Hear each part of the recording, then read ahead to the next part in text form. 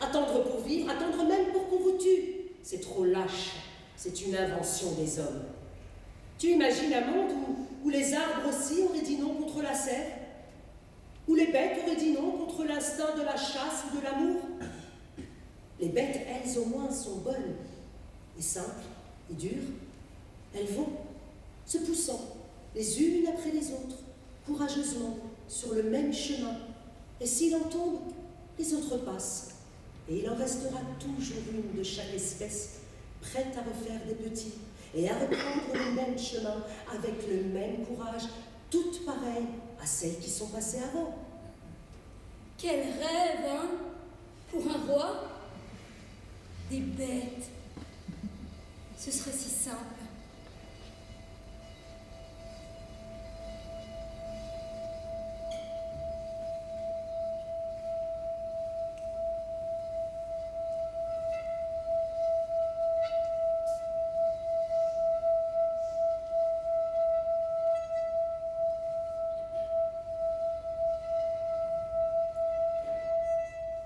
Tu me méprises, n'est-ce pas?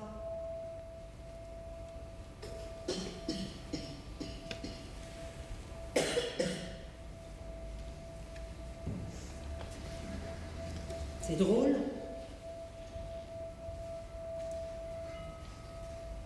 Je l'ai souvent imaginé, ce dialogue, avec un jeune homme pâle qui aurait essayé de me tuer et dont j'en aurais rien pu tirer que du mépris. Mais je ne pensais pas que ce serait avec toi, et pour quelque chose de si bête.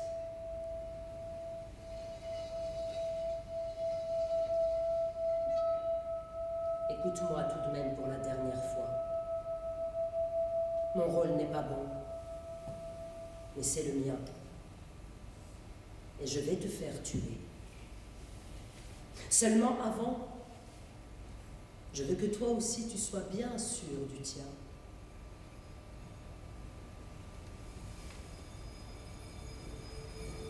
Tu sais pourquoi tu vas mourir, Antigone? Tu sais au bas de quelle histoire sordide tu vas signer pour toujours ton petit nom sanglant? Quelle histoire?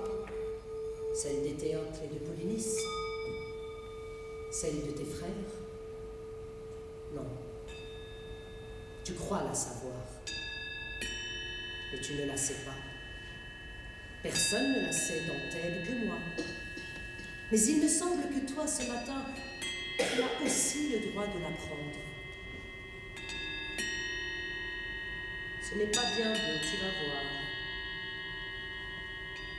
Que te rappelles-tu de tes frères d'abord?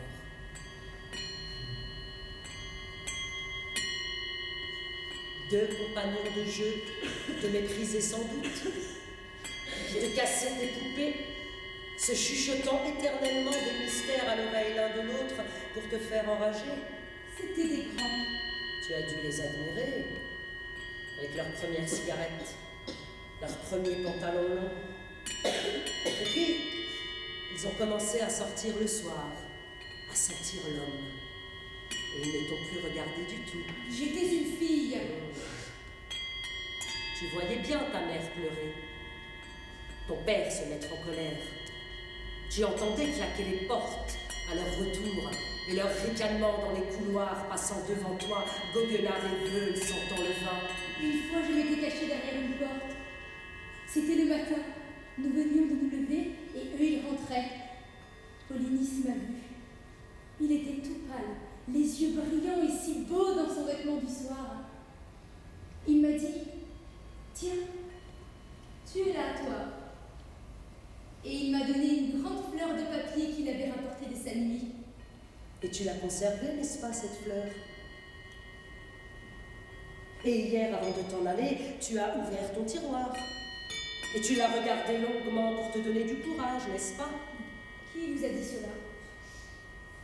Pauvre Antigone, avec ta fleur de cotillon.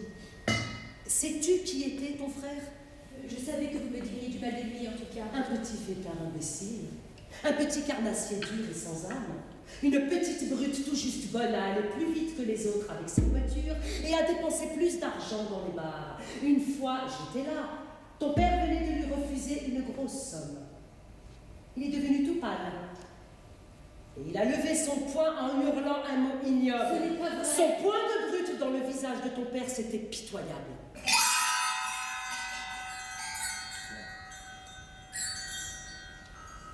Ton père était assis à sa table, la tête dans ses mains. Il saignait du nez, il pleurait. Et Polynice, dans un coin du bureau, qui allumait une cigarette. Ce n'est pas vrai. Rappelle-toi, tu avais 12 ans. Vous ne l'avez pas revu pendant longtemps. C'est vrai, cela. Oui, c'est vrai. C'était après cette dispute. Ton père n'a pas voulu le faire juger.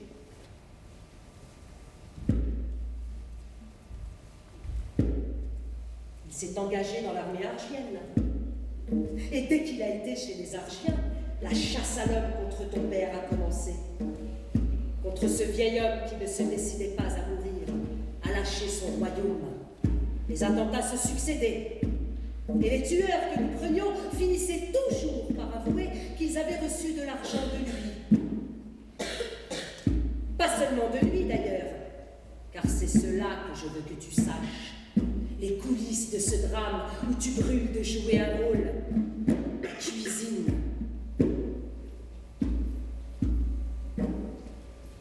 Hier, j'ai fait faire des funérailles grandioses à Éthéocle.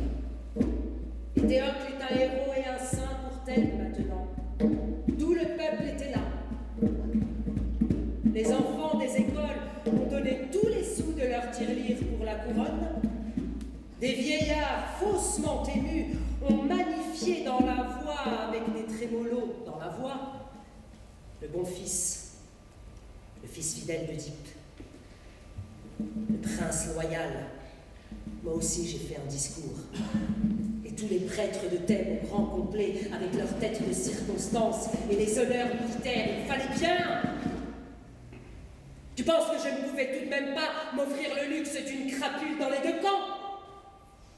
Mais je vais te dire quelque chose à toi, quelque chose que je sais seul, quelque chose d'effroyable.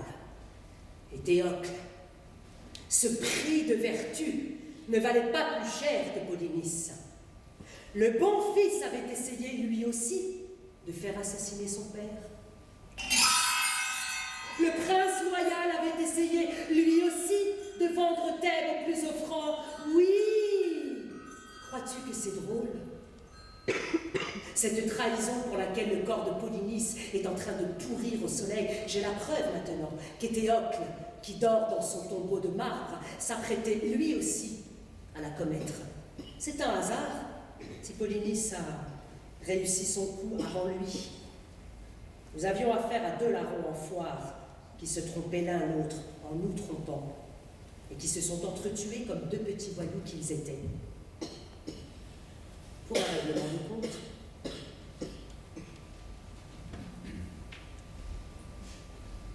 Seulement,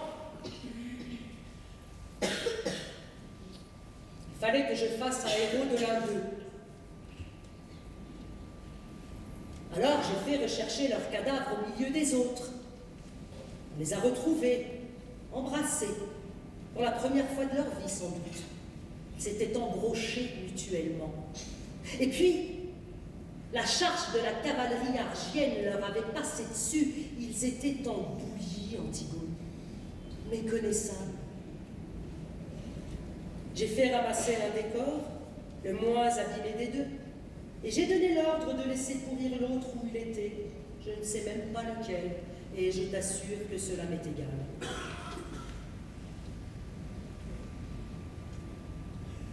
Pourquoi m'avez-vous raconté cela? Valait-il mieux te laisser mourir dans cette pauvre histoire? Peut-être. Moi, je croyais.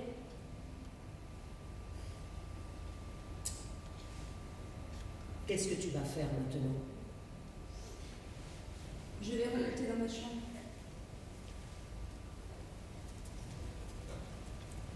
Ne reste pas trop seul. Va voir Raymond ce matin. Marie-toi vite. Oui. Rien d'autre ne compte. Et tu allais le gaspiller. Je te comprends. J'aurais fait comme toi à 20 ans. C'est pour cela que je buvais tes paroles.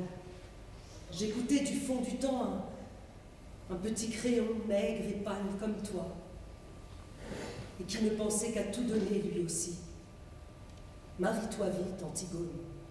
Sois heureuse. La vie, ce n'est pas ce que tu crois. C'est une eau que les jeunes gens laissent couler entre leurs doigts sans le savoir. Ferme tes mains. Ferme tes mains vite. Retiens-la. Tu verras.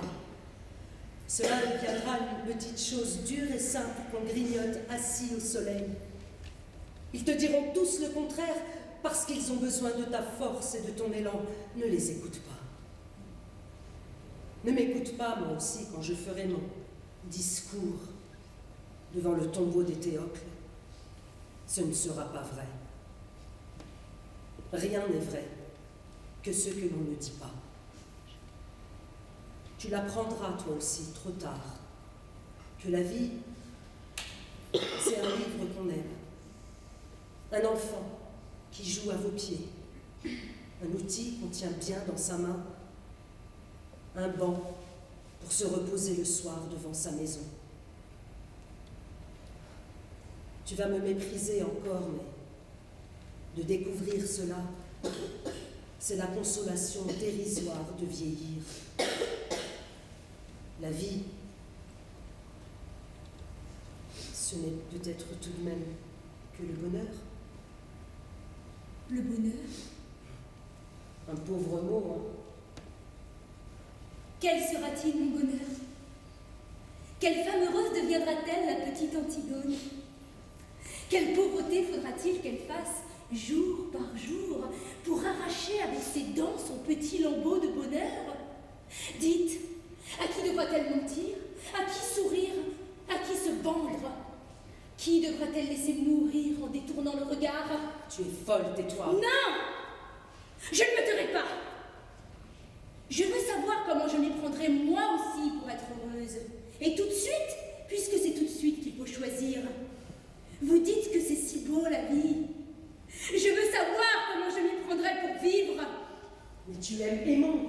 Oui, j'aime Aimon. J'aime un Aimon dur et jeune. Un Aimon exigeant et fidèle comme moi. Mais si votre vie, votre bonheur, doivent passer sur lui avec leur usure, si Aimon ne doit plus pâlir quand je pâlis, s'il ne doit plus me croire morte quand je suis en retard de 5 minutes, s'il ne doit plus se sentir seul au monde et me détester quand je ris sans qu'il sache pourquoi, s'il doit devenir près de moi le monsieur Aimon, s'il doit apprendre lui aussi à dire oui, alors je n'aime plus Aimon. Tu ne sais plus ce que tu dis, tais-toi. Si, je sais ce que je dis. C'est vous qui ne m'entendez plus. Je vous parle de trop loin maintenant, d'un royaume où vous ne pouvez plus entrer, avec vos rides, votre sagesse, votre ventre. Je ris, Créon. Je ris parce que je te vois à 15 ans tout d'un coup. C'est le même air d'impuissance et de croire qu'on peut tout. La vie t'a seulement ajouté tous ces petits plis sur le visage et cette graisse autour de toi. Vas-tu te taire enfin? Pourquoi veux-tu me faire taire? Parce que tu sais que j'ai raison. Tu crois que je ne lis pas dans tes yeux que tu le sais? Tu sais que j'ai raison, mais tu ne l'avoueras jamais, parce que tu es en train de défendre ton bonheur en ce moment comme un os. Oui, le tien et le mien, imbécile. Vous me dégoûtez tous avec votre bonheur, avec votre vie qu'il faut aimer coûte que coûte. On dirait des chiens qui lèchent tout ce qu'ils trouvent. Et cette petite chance, pour tous les jours, si on n'est pas trop exigeant. Moi, je veux tout de suite, et que ce soit entier, ou alors je refuse.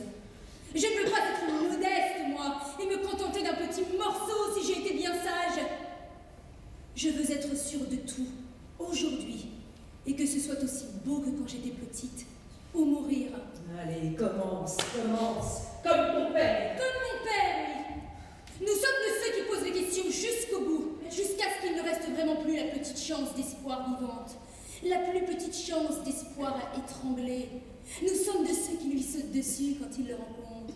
Votre espoir, votre cher espoir, votre seul espoir. Mais si tu te voyais criant ces mots, tu es laide. Oui, je suis laide.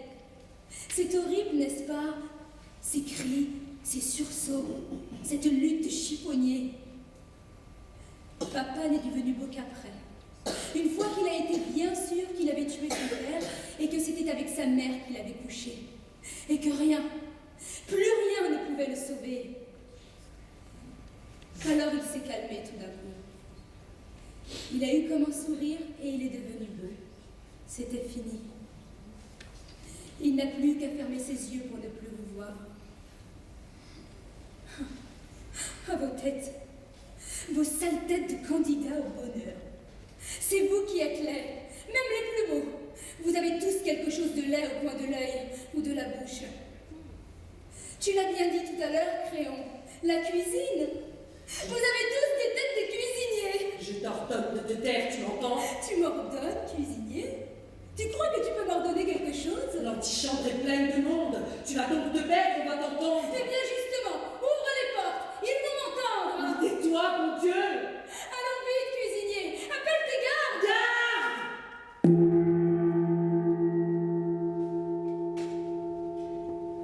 Tu es fou, Créon. Lâche-la, pour ton fils Aimon. J'ai tout essayé pour la sauver. J'ai tout essayé, je te le jure. Elle ne l'aime pas. Elle aurait pu vivre, mais elle a préféré sa folie et la mort. Créon, il l'emmène. Ne laisse pas ces hommes l'emmener. Toute aide sait ce qu'elle a fait maintenant. Je suis obligée de la faire mourir. Est-ce qu'on ne peut pas dire quelque chose? Dire qu'elle est folle? Ils diront que ce n'est pas vrai. Que je la sauve parce qu'elle allait être la femme de mon fils. Je ne peux pas. Est-ce qu'on ne peut pas la faire fuir? La foule hurle tout autour du palais. Je ne peux pas. Créon, la foule n'est rien, tu es le maître! Je suis le maître avant la loi. Plus après. Pour ton fils, Aimon. Antigone ne peut plus vivre. Antigone nous a déjà quittés tous. Crois-tu qu'il pourra vivre sans elle? Du matin jusqu'au soir sans elle? Avec votre vide, votre agitation sans elle? Faudra bien qu'il accepte. Chacun de nous a un jour, plus ou moins triste, plus ou moins lointain, où il doit enfin accepter d'être un homme. Pour lui, c'est aujourd'hui. Ne me jugez pas. Ne me juge pas, toi aussi. On est tout seul. Il sera touché à mort. Oui. Nous sommes tous touchés à mort.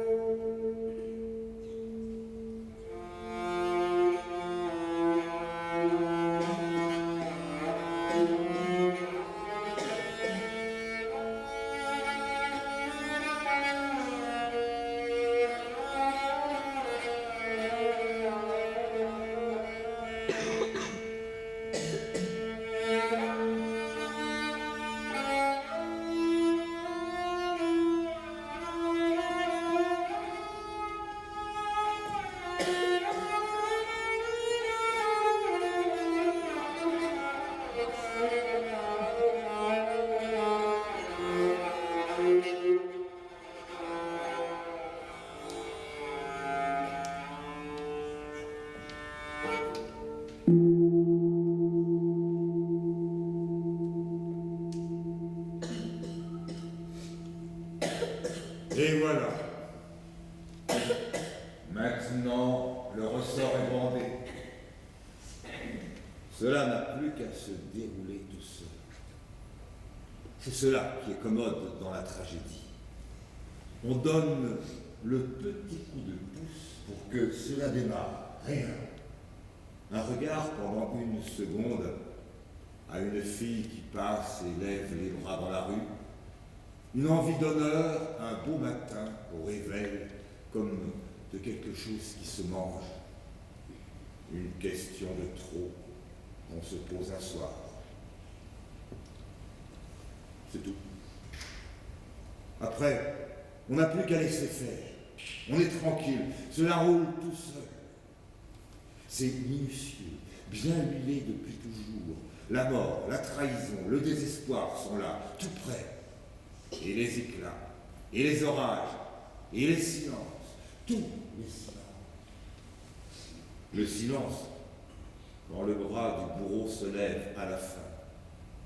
Le silence, au commencement, quand les deux amants sont nus, l'un en face de l'autre pour la première fois, sans oser bouger tout de suite dans la chambre sombre.